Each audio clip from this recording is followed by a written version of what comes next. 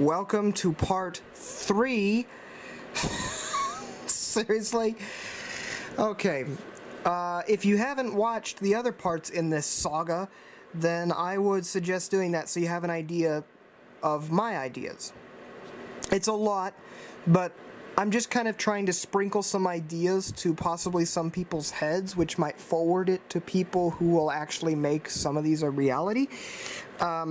I'm not just doing this just for the heck of it. I actually put thought into all of this. Let's now do the Hillsborough bus stuff.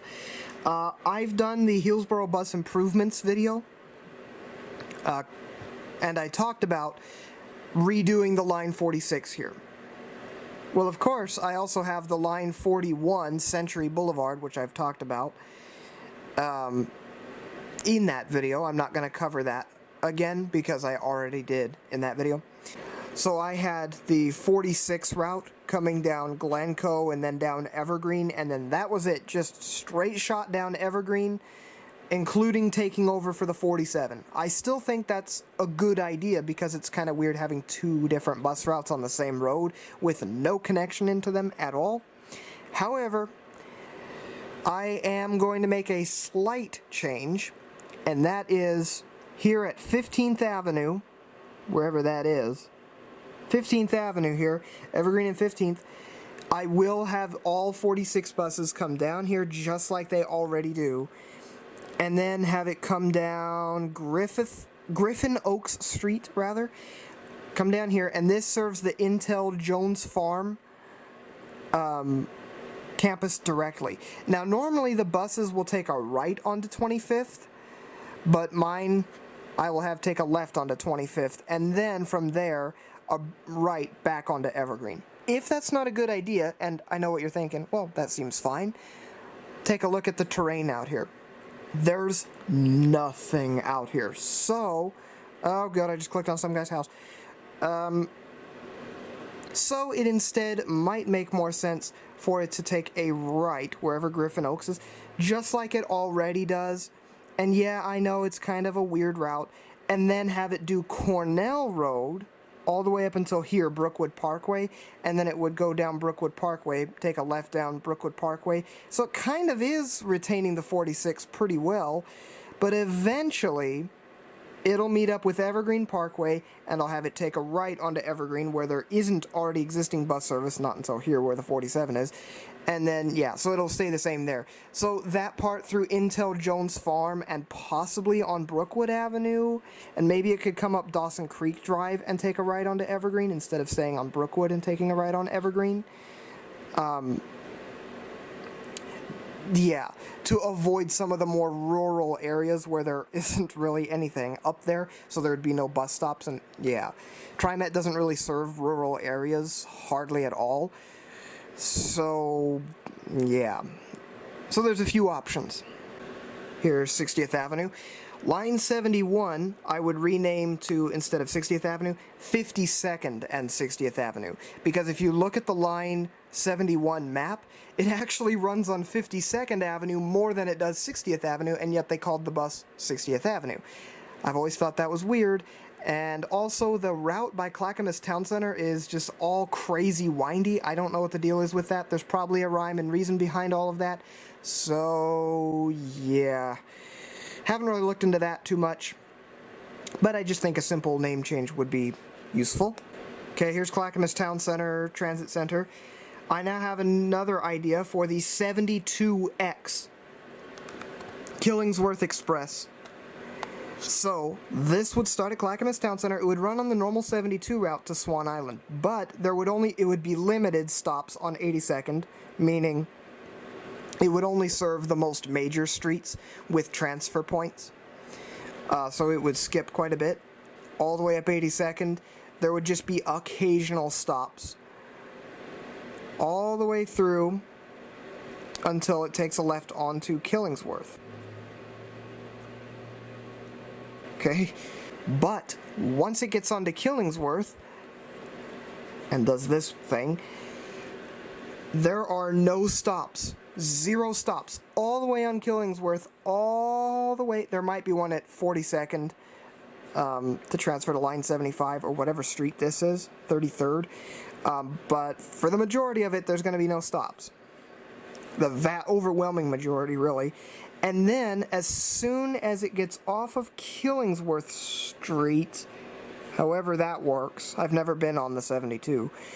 Oddly enough, I've been wanting to ride the hybrid buses and still haven't been on the 72. But once it does whatever it does at Swan Island, as soon as you get off of Killingsworth Street, it'll become a normal 72 and serve local stops to Swan Island. None of these express buses will go to the shipyards, though. Alright, back at Clackamas Town Center, let's talk about the Line 79. The 79 actually, I think, is Trimet's only bus route that goes express 7 days a week. You can go express on I-205 on a freeway all 7 days of the week. It goes between Clackamas and Oregon City. But I have another idea, Line 79X. So this would begin up in here like the normal 79 route, which I don't even remember how it was, and I just looked at this last night. And it comes down 82nd and goes to this 82nd and Sunnybrook. 82nd and Sunnybrook Boulevard. After 82nd and Sunnybrook Boulevard, there are no stops. It will skip the rest of the stops, and it ends up on I-205 through this spaghetti of roads. And it ends up on here, no stops all the way until you enter Oregon City. As soon as you get on Washington Street in Oregon City, here's Washington Street. As soon as you get on Washington Street in Oregon City, it will start to serve local stops to the Oregon City Transit Center. Now let's talk about Line 89. No, not the old Tannisbourne route, Line 89 Tannisbourne. Not that one. Let's talk about a new idea. Maybe it wouldn't be a good idea to reuse the 89 because it was combined with the 47 some time ago. So some people might be confused, but I don't know, I'm still calling it the 89. There are two options, two completely different options for the 89. However, it would still be called Allen 170th for both. Okay? For both options, either way you do it. Option 1, have it begin at the Barber Transit Center, come down Barber Boulevard, and on to Capitol Highway. And then it stays on Capitol Highway until it branches here, and it would come up 40th Avenue, and then take a left on Multnomah Boulevard. I've never even heard of Multnomah Boulevard until I was kind of making these lines. There's no bus service on it. There's a single bus stop, and it's from the Line 1 when it does the Maplewood Loop. So not even all the Line 1s serve it. And there's no service on Multnomah Boulevard at all. It then becomes Garden Home Road and shares stops with the Line 45. Although the Line 45 goes down Olson Road and to Washington Square Transit Center, this bus would continue on Garden Home Road, and then it would come up 92nd Avenue here, and then take a left onto Allen Boulevard, the beginning of Allen Boulevard. It would take Allen all the way down through here, serving stops also served by the 53 and at some point the 88. I believe this part is all from the 53. Once you get to Lombard Avenue, the 53 comes down here and serves some stops on Allen, I think. I actually don't remember the 88. I've never been on the 88, which is really weird because I've been on Beaverton buses a lot, and I've never been on an 88. But anyway, here's Murray, so that's a major destination right there. I believe the 88 goes on to Murray, but this bus doesn't. This bus would stay on Allen Boulevard, and then at this odd curve, it becomes Davis Road, but it's still the same road. And it would stay on here, and then at some random point, at 165th, for some reason, the name changes again, and then it'll take a right onto 170th, following the 88 again. But instead of going on to Farmington, this bus would just stay on 170th, cross TV Highway, so you actually have a bus on 170th, and then it would head up here. Somewhere over here is Merlot Road. You go down here, it curves a little bit, and there's the Merlot Max Station and Merlot Garage, but it's not doing that. Probably some evening buses would end at 170th and Merlot or something. But anyway, it would come up here, crosses the Max tracks at Elmonica and 170th, takes a right onto Baseline, and then a right into the parking lot, and loops around to where the handicap parking spots are over here, and it would just drop passengers off at the edge here at the Milwaukie station. Both options I have for the Line 89 both end at Milwaukie station. Option 2 is Washington Square Transit Center.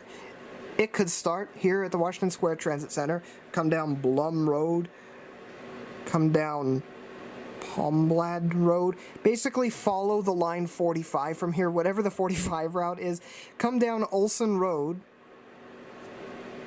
all the way down Olson Road, until Garden Home Road. The 45 would take a right here on Garden Home Road, my 89 bus would take a left on Garden Home Road, and, well, from here it's the exact same as what I just showed you. It would come down 92nd, then Allen, and it just stays on Allen until, and whatever road names it changes into, all the way down here to 170th, and then from here to the Milwaukie station. So, pretty simple bus, and then of course also the turn onto Baseline and then into the Milwaukie Park and Ride. So that's the 89, both options. Okay, now the Line 91X, or I guess you could call it the 57X, TV Hwy Express. This bus, from back in the day, it actually began in the Lloyd district, but it was a bit confusing, so let's just say it begins at least at Rose Quarter Transit Center or somewhere further east.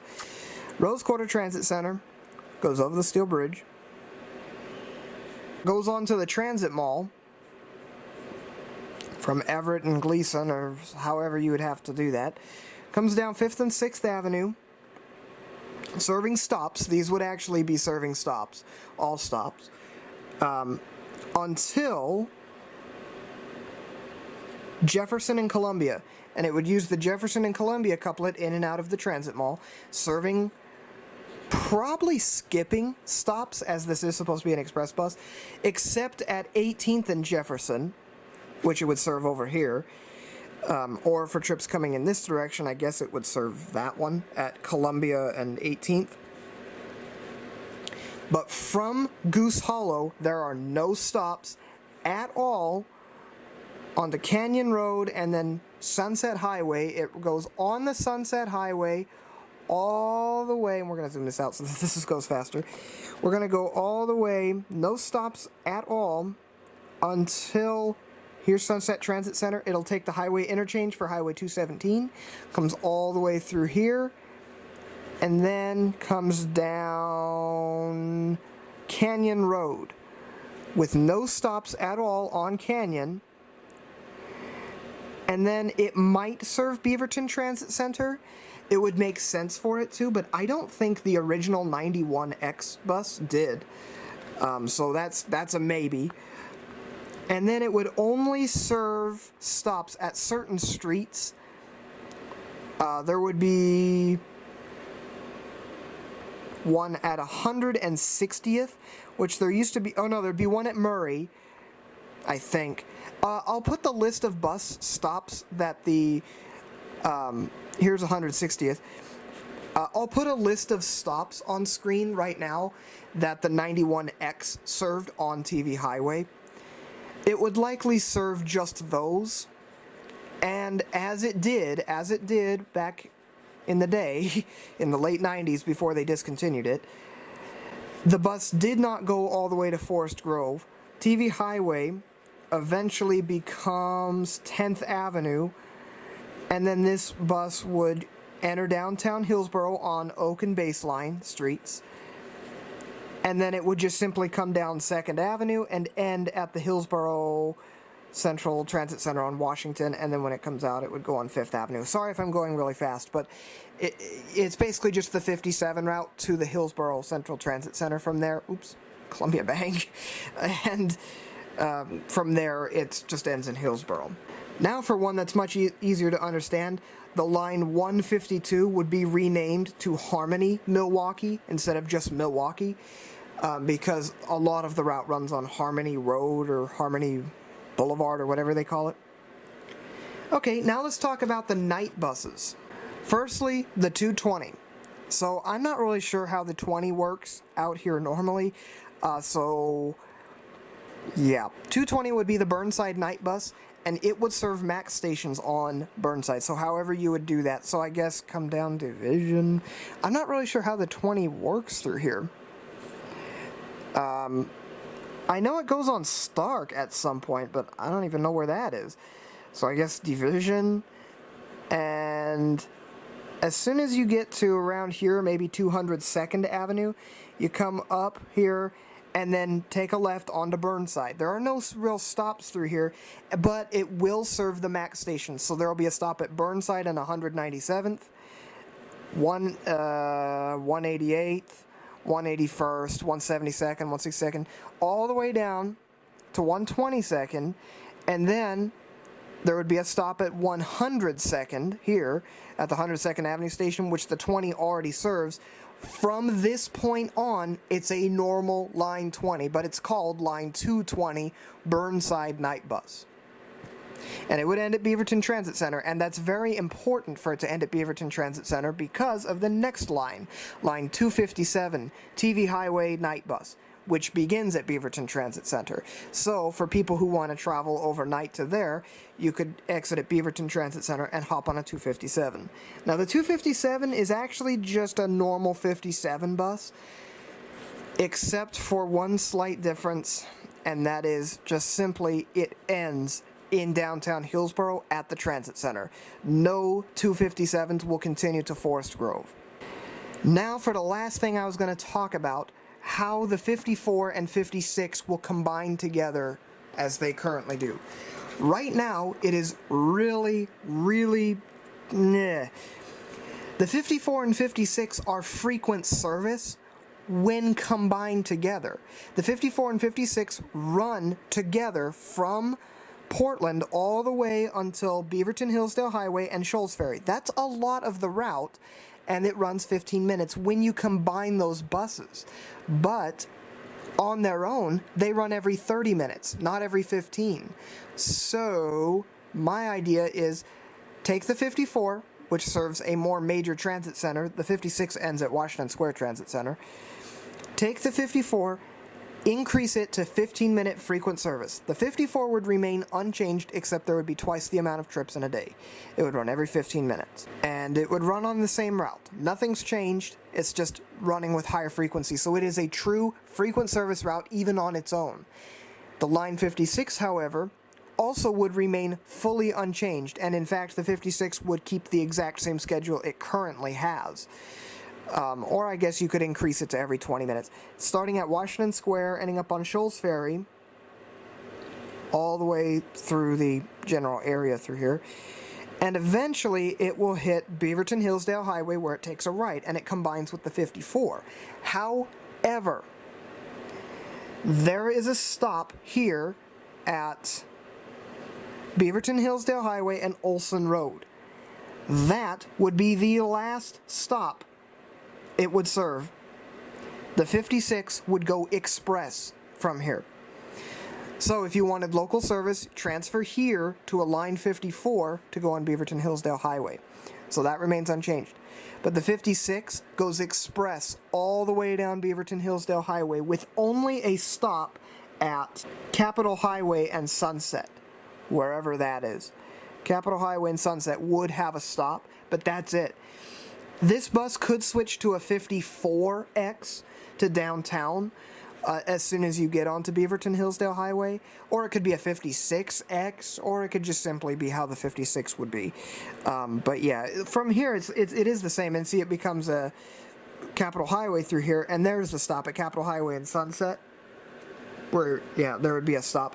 And then there would again be no stops from here until 200 block Southwest Harrison. And from there, it would serve the normal Line 56 route in through downtown. It's actually the same route that the 54 serves as well. So that, I don't even know if I'm doing this right. That would be how the 54 and 56 work. Here's Harrison Street. So starting here at this 200 block Southwest Harrison, that would be the next stop, and from there it goes local to the end at downtown. So that's how the 54 and 56 works. To recap that, 54 runs normal route, normal service, except it's been doubled to 15-minute frequent service. The 56 runs normal route, normal schedule, except at Beaverton Hillsdale Highway and Olson, it runs express to Portland with a single stop at Capitol Highway and Sunset, before returning to local service at 200 block Southwest Harrison. I hope that made sense. I cannot believe this needed 3 parts. That is everything.